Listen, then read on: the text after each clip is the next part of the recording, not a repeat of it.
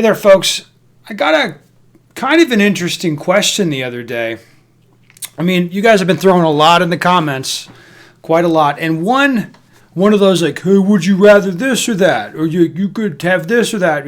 One of those type of questions. It was actually kind of interesting. Kind of. See, here's the gig. I can only have 2 handguns in total. You only get to own 2. One of them, polymer, striker fired.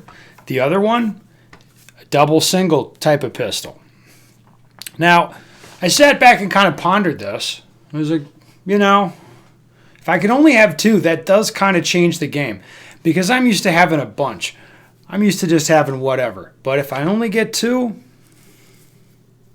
well, anyway, here's what I came up with. One of my answers for this is not in any way going to be surprising to anyone.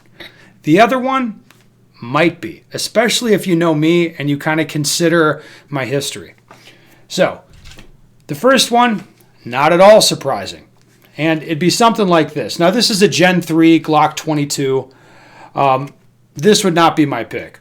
It'd be close to this. So, I mean, it's going to be a Glock. For the polymer pistol, for me, obviously, if I only get one, it's going to be a Glock.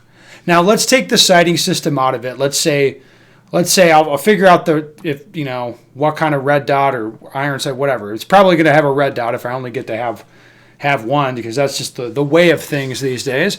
But, I think it'd be, for me, a Glock this size, probably a Gen 5 Glock 17. I have a couple of those in my inventory, and they're really good. Does it need to be smaller? Could it be like a Glock 19 sized? Sure. But I'd prefer the 17. That's a little more comfortable for me to hold on to, Glock 34, not really any reason to have the added size, especially if there's reasons that you might need it to be smaller, but especially when you're shooting a red dot, there's not any reason to have the Glock 34. The Glock answer, in my opinion, is going to surprise none of you. Nobody. Now, the other answer might. Now, I have a history of shooting Berettas in competition, and this was back in the day when it was stupid to shoot a Beretta. Nobody shot Berettas. It was dumb. That was when the hot setup was a Vanek Trigger Glock 34. I showed up with a double single Beretta. I have a history of shooting Tanfolios, doing pretty well with those in competition. If you see me in a class now, for open enrollment civilian competition class, typically I'm going to have a CZ. But that wouldn't be my pick if I only get one pistol. Something like this would be my pick. Now, this is a SIG 226. I mean, if I only get one of these, I'd want it to be one of the good ones. What do they say? The West German ones are the good ones, the rugged ones.